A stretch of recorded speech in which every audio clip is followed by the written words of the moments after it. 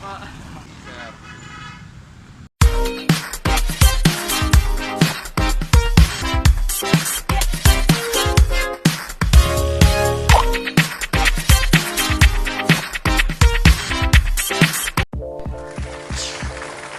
Let's go! Deliver!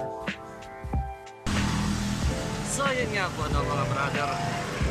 Medyo mabagal ang takbo natin dahil basa po ang kalye. Makatalsik sa mukha ko yung ano, putik, tubig. So papunta tayo ngayon sa may Greenwoods Executive Village dito sa Pasig. Pero ang Greenwoods Executive Village, yung entrance niya ay nasa Pasig pa. Nasa Pasig. Ayan. Pero sakop na siya ng Kainta. Pero yung entrance niya sa Pasig. Dulo no? What? So, malapit na ako doon.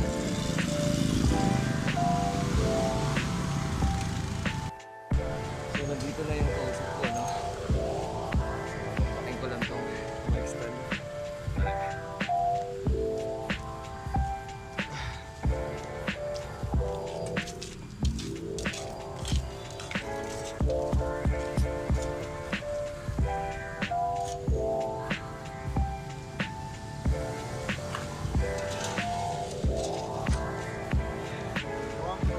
Opo.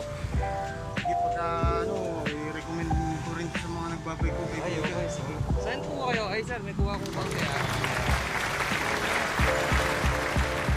Sir, Bal, dyan talaga kayo sa Greenwoods? Ah, okay. Sige po, sir. So, yun nga, no, mga brother, no? Hindi na tayo masyado nagtagal. Hindi na tayo masyado nakapasok dun sa may gate ng Greenwoods kasi sinalubong na ako dito ng customer.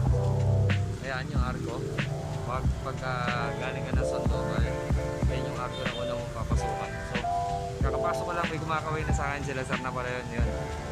So, okay na. Susunod naman natin yung sa Parkwood. Mukhang gagabihin ako. Medyo madilim na. Mag-alas 6 na. Siguro 10 to 6 na. Pero try natin makuha ng video natin deliver. Total 3 piraso lang naman to eh. So, dito na nga tayo sa phase 2, phase 1A. So, phase 2, ito siya. Tatawid ko pala ako.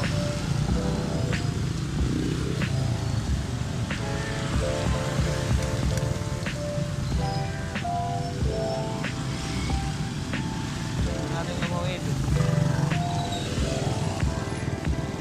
Phase 2 daw. Up. Up.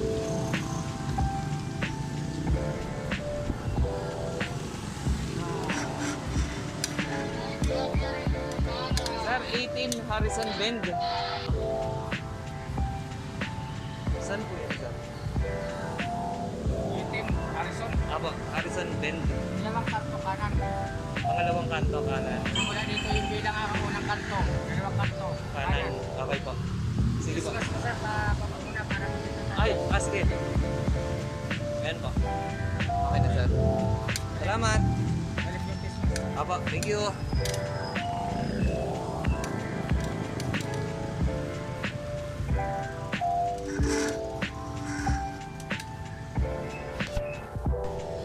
Ayun.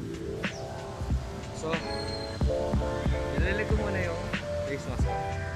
Kasi doon sa gate pinatanggal nila para daw makita sa camera yung mukha ko. Mukha talagang di mapagkakatiwalaan, ganun eh. So sabi ni Manong, pangalawang kanto, kanan, Harrison. Let's go! So in order niya ay isang pang road bike. Ayan. So iba yung sukat nito kumpara sa dinideliver natin. So mataas ng konti yung presyo nito. Ayan, pero nagawa naman namin, so nag-charge lang kami ng konti para ano, umayag naman yung customer. So dito na tayo sa may Harrison Bend. Yun, no? So hanapin lang natin yung number 18.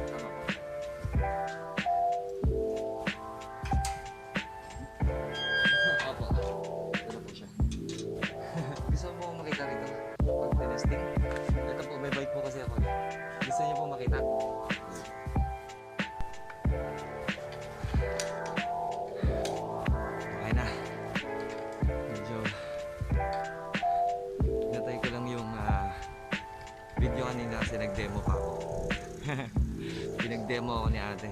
Tinatanong niya kung paano raw ba ginagamit yung bike stand niya. Sa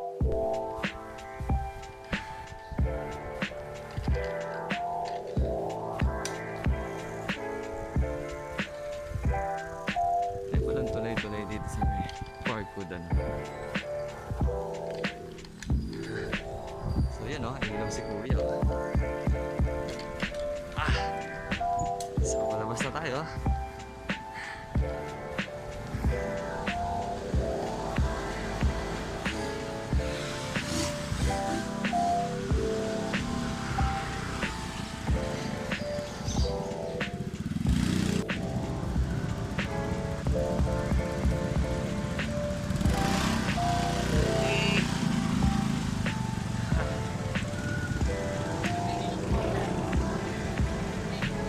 Isa lang po yung sa kanya.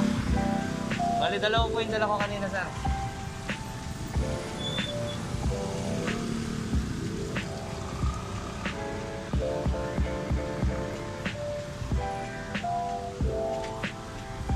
Chip, salamat.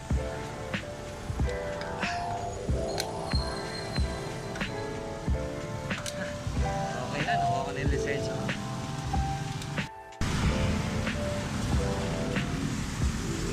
Yun nga no mga brother, gabi na. Inaabot ako ng gabi. Nakapaidlip kasi ko kanina eh. Ayan, pala. Doon ako ni kuya. Mag-vlog daw ako.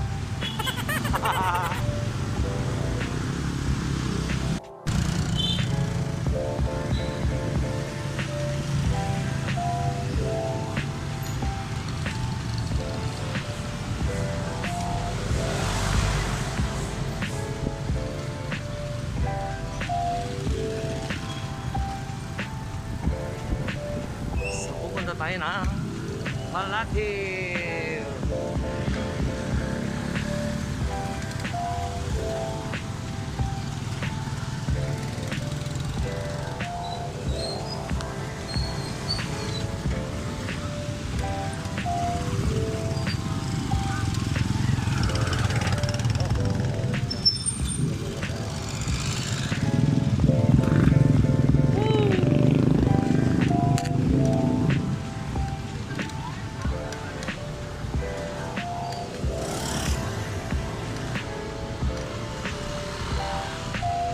Dilim.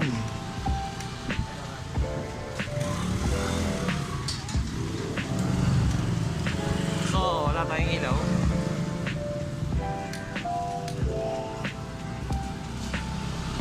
Wala din akong daylight. Which is mali. So, dapat prepared ka lagi ng ilaw. Para safe.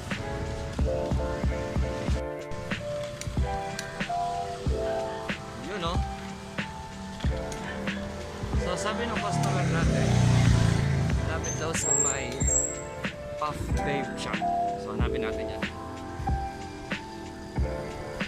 Puff Babe Shop.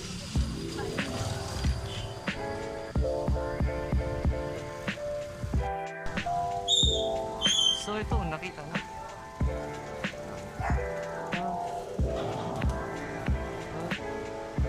Vape shop. Ayun. Slow pop vape shop. Ito ba? So yun nga no mga brother, pauwi na ako ng bahay. Inabot na ako ng gabi dahil nakatulog ako kanina. So okay naman yung transaction natin, 3 piraso. So yung isa doon parang gusto ko lang magdala ng isang extra. Tapos sakto nag-message siya. Sabi ko, ngayon boss, sabi ko gano'n. Eh sumagot siya, okay, ayos. So yung extra kong dala, parang pachamba lang yon, nakuha. Buenas. So hindi ko na patatagalin pa itong video na to, no? Dito ka na ito tatapusin. Kailangan makapag-concentrate sa pagbabike dahil medyo madilim. Nandito na lang itong vlog na to. Sana magkaroon kayo ng time na i-visit yung ibang videos ko, panoorin nyo. At kung meron kayong mga basta meron kayong mga comments and suggestions, comment nyo na yan para mas maayos ko pa ng gusto yung mga videos na ina-upload ko.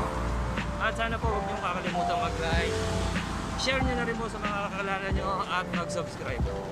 So hanggang dito na lang, no, mga brother. Ride safe mga brother, God bless. Woo!